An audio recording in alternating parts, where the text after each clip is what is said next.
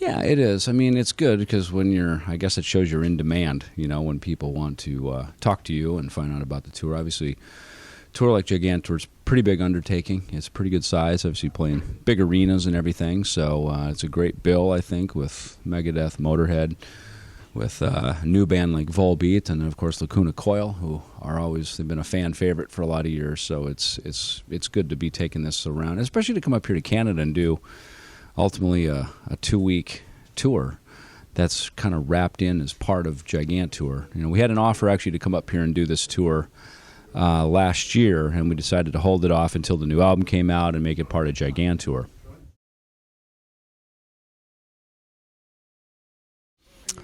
Oh yeah, no. I mean, look, people sit around and ask us about ourselves, so it's a tough job, Yeah, no. I mean, look, we're here obviously to talk about the tour, talk about our new record, 13. So there's a lot of great things to be able to talk to the media about, and the media is our gateway to our fans. So it's all good. Yep.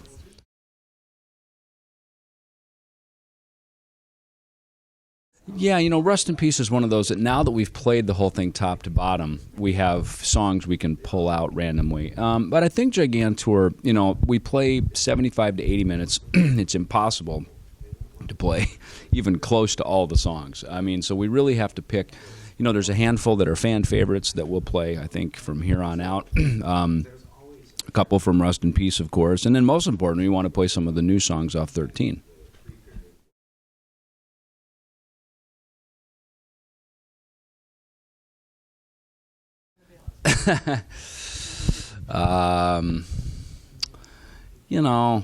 It's funny. This concept of a tour like this actually came up, I think, around year 2000, 2001, I think is when we first started talking about it. And it's, it obviously just took this long for it to finally happen, when the first Gigantour started in 04 or 05, I think, I think it was when the first one came out. I don't know. We could call it the Symphony of Destruction. How about that? And then, I don't know, we can have... I don't know. It's hard to tell. I mean, it just depends on who would be... I think this bill right now is fantastic. I think this is... Yeah, because, I like what Gigantour does, which is have the bands at that particular time, and they're not always of the same genre. I mean, I think the first one was Megadeth and Dream Theater, which was Symphony X on it, so that was a pretty diverse, almost progressive lineup. And then now to have, Motorhead. I mean, there would be no thrash metal if it weren't for Motorhead. So I think for now to have a band that has been around longer than Megadeth, and one who I think we all pay homage to, and Lemmy being an icon of thrash metal history, it's cool that we can, Megadeth isn't necessarily the most longest reigning band on the bill. Motorhead is. And then, of course, we were, probably the successors to them. And then now beyond that, again, Volbeat, Lacuna Coil, to have bands that are, do something different, too. So it isn't just 4 hours of the same song played over and over, from each band. The... festivals are an interesting thing. Years ago, I think probably the Monsters of Rock Festival was the very first one, and that started over in Europe. And they brought a tour of it here to America that I think had Van Halen and Metallica and Dokken on it. And then we've done a bunch. We did a South America run of Monsters of Rock shows, and that brand has, I think, kind of gone away a little bit. Probably the most recent one in Europe came out with Sonosphere, and then, of course, what you guys are doing here with Heavy MTL and Heavy TO, which we played last year, so, which I think is great, for Canada to have their own, their own brand, their own festival that they've come up with. I mean, what we've done with the Big Four is, in a way, a festival of our own, and then Gigantour being a festival that is not limited to any region. It can go all over the world with the same or with a different lineup if we'd like. So, festivals, it's to some degree here in North America, it's set up a little better because we have either arenas or else we have outdoor amphitheaters. So a lot of it is the production. Like, what kind of a show are you bringing in, and will it fit into the various venues? And Gigantour, it's mostly arenas, mid-sized to large arena type settings, and so that way the production is consistent, so that you don't have to worry about seeing a scaled down version of the show. It's the same size, so it's the festival thing again. I think the Europeans, for them, because of their vacation and their holiday seasons that they do, they're big into motorcycles. They like to go, they pitch tents, they camp out for a weekend or a week. It's a different mindset than it is over here in North America. So I think it's cool that you can change your festival depending on what part of the world you're in.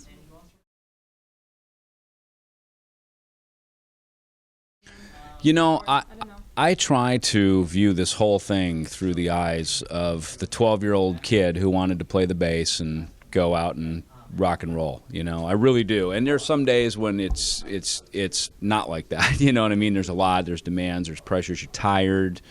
So there's some things that you struggle against, but for the most part, I really try to just be the kid on stage. And I always said I'd play the 2 hours on stage for free. It's kind of like, because sometimes there's a perception the bigger you get, that you make money from it, of course, and every artist is entitled to be compensated for their art and their things, and obviously if big success comes your way, you're lucky. But we've been doing this for a long time. We started at the very bottom, we rose up to the top. Through the 90s was not favorable to thrash metal, so we were kind of on the backside of the wave by the year 2001, 2002. And then, for us to enjoy another round of success, and it's obviously it's enjoyable for us as the band, but this isn't a self-serving endeavor for Megadeth. This is really us and our fans. So that's what I think the Big Four really showed, is that this is the four influential bands of the scene with our fans. This is a celebration for all of us. So to me, all these years later, I look at it like it's, this is all of us going to the party together, the band and the fans.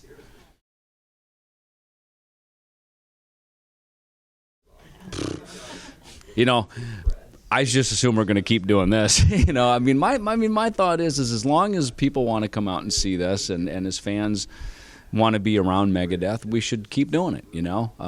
I think that's part of what we've been doing here is working on a lot of different ways to come back out and play things for the fans, not just keep taking around the track and just become a tired old band, but to do new things. Again, Big Four, we did American Carnage, we did, the Rust in Peace tour, now we've got Gigantour, so there's always something new and a cool thing, and make it fun for the fans to come out, so they feel like they got their money's worth and they feel like they had a fun night out as well.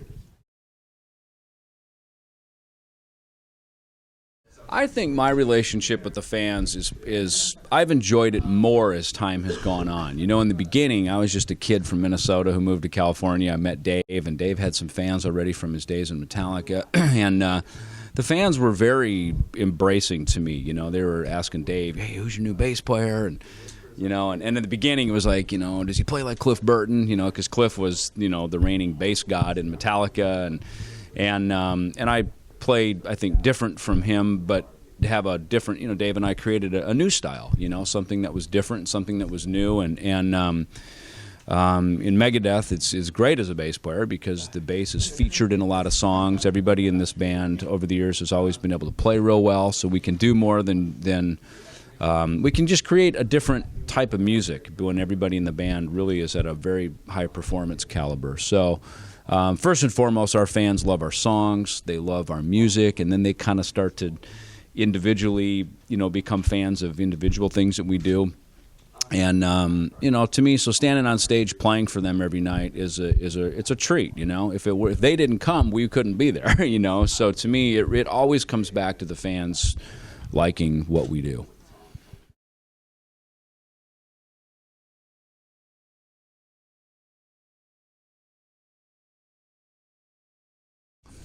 As far as the download thing goes, if an artist says, hey, download my song, it's for free, it's enjoy it, then by all means take advantage of that. But if it is up on a site and it's not for download for free and it's for sale, or you should be buying it, then don't take it. You wouldn't walk into the grocery store and just grab a carton of milk and walk out, be arrested. So if you walk into an internet site and grab something and take it, if that's part of it, it ultimately comes back to the responsibility of the consumer. Forget about that this website is a bad website and they're doing the wrong thing, and they're, it's like, well, then don't go visit that website. Don't give them your business, because that makes you a guilty party as well. You're guilty by associating yourself with that website. So, it ultimately, we all have to be responsible for it, and, I think this idea that, rock stars are just rich and they have too much money, and I'm not rich and I'm poor and I should be able to take it. I mean, first of all, that's, a self-pity mindset, you know what I mean? And it's not fair. It's not real. And again, artists, I think more and more people know, artists, we struggle more and more to try to keep, money flowing to just, pay for this stuff. I mean, to pay for a concert and stuff and all that, there's a lot on the line for that, and look, we've proven with Megadeth, we'll play a club, we'll play an arena, we'll play a stadium, whatever, we don't care. We're Megadeth, we're going to come out and play for our fans regardless, So, people know, I think, in this day and age that, we don't make really that much money, sometimes any at all, from selling music, That is an old idea that a band would get signed, they would sell their records, and and that money's just not there. And part of that, quite honestly, is the fault of the record industry. They fought the internet, 15, 20 years ago. They fought it and they lost, because to me, the beauty of the internet, and I'm a big proponent of it, is that it put music and culture and lifestyle and everything back in the hands of the people, and that's, I think, is a cool thing about music. So as much as the big industry of the record industry has really been crippled from the internet, those of us who have embraced it and have really, used it as a something favorable for us, we've ultimately won. I say we because Megadeth had, I think, the first band website 20 years ago with Megadeth Arizona that Capitol Records put up for us, and me and Dave embraced it. We started interacting with our fans. We started, secured the Megadeth.com name, and right away began very active with that, with our community on the web. So I think to a large degree that's really done well, for us being able to interact with our fans, and so if some people steal music, as much as it's wrong, we still have a great relationship with our fans who enjoy our music and like what we do.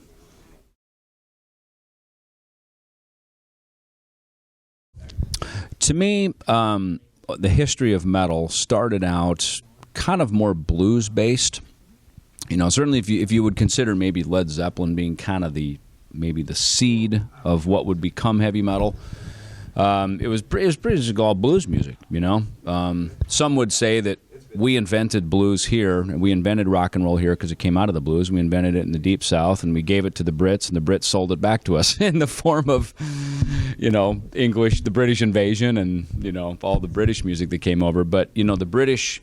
it's funny that because really heavy metal, I think the origin of it is in England. And then, of course, as Black Sabbath came out, I would consider them, even Deep Purple to some degree. I mean, that was heavy music back in those days. Uriah Heep, those kind of things. And by the time, I think Black Sabbath was probably the first real anchor of what we would consider metal music, because then it became about the riff. It became about a repetitive riff that cycled around and around, and then you sang a vocal over top of it. And that has really, been, I think, when we hear music and we think, oh, that's heavy metal, that, I think, is it. It's a riff. And I think the thing that's interesting about metal is how melodic it is, the vocal melodies. And, of course, there's some that's very heavy and it's, not focused on melody. But, the way Ozzy sang, the way Ronnie James Dio sang, I think the way Dave, James Hetfield... there's a very melodic element over top of these really heavy riffs and I think that's why it still gets some mainstream appeal, is because there actually is melody to it.